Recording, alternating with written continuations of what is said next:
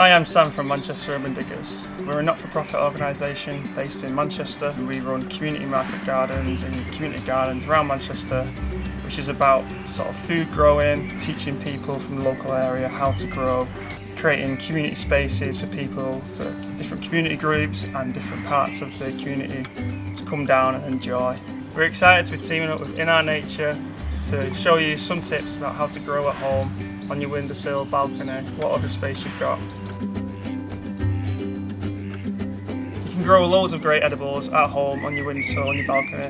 The main decision is what you're going to grow. A couple of examples of edible flowers would be nasturtiums, marigolds, viola, chives. Other than edible flowers, we've got mixed salad leaves, radish, which are great, spring onions, and maybe tomatoes. Depending on the seed that you plant in, it sort of depends on how you're going to plant it. The smaller seeds have got less energy, so that you don't want to cover them with as much soil because they need to burst through out of the seed and up through the soil.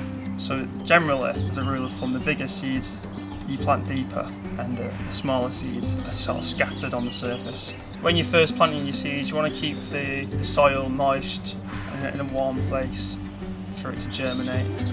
Later, when you've got sort of bigger, sort of small plants, you want to make sure that you're watering them every 1, 2, 3 days. You don't want it to dry out. There's definitely places around where you can go to buy compost. You can take your own bag and just get a couple of scoops, and you don't need to buy a big sort of 40 litre, 80 litre bag. Places around Manchester like Hume Community Garden Centre do that. I mean, you can get anything. A tin can, an old milk carton, egg cups, people start off, seedlings in those. I put wood chip at the bottom of this just to give it a little bit of room for drainage. Best thing to do, put a bit of gravel or bigger stones at the bottom, and it just leaves a bit of space for so when the roots get down to that depth, they don't rot and stand in the water.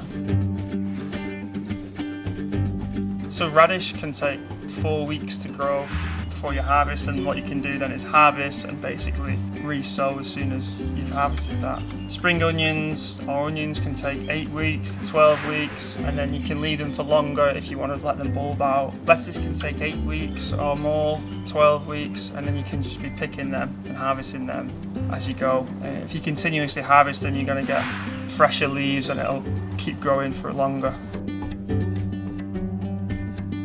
So depending on the plant, you harvest at different times. Obviously, for some it's quite obvious. A radish, when it's the size that you recognise in a shop, that's a good time to have it. Same with the spring onions and then the onions. For stuff like lettuce, you can just pick those as they come in. Some of the most obvious benefits are the taste. Shop bought radish, especially tomatoes, and nothing compared to the stuff you can grow at home. I think it feels rewarding to plant my own, grow it, look after it, harvest it, and all that time you put in, and then to get something out at the end of it. It's definite sort of benefits for me.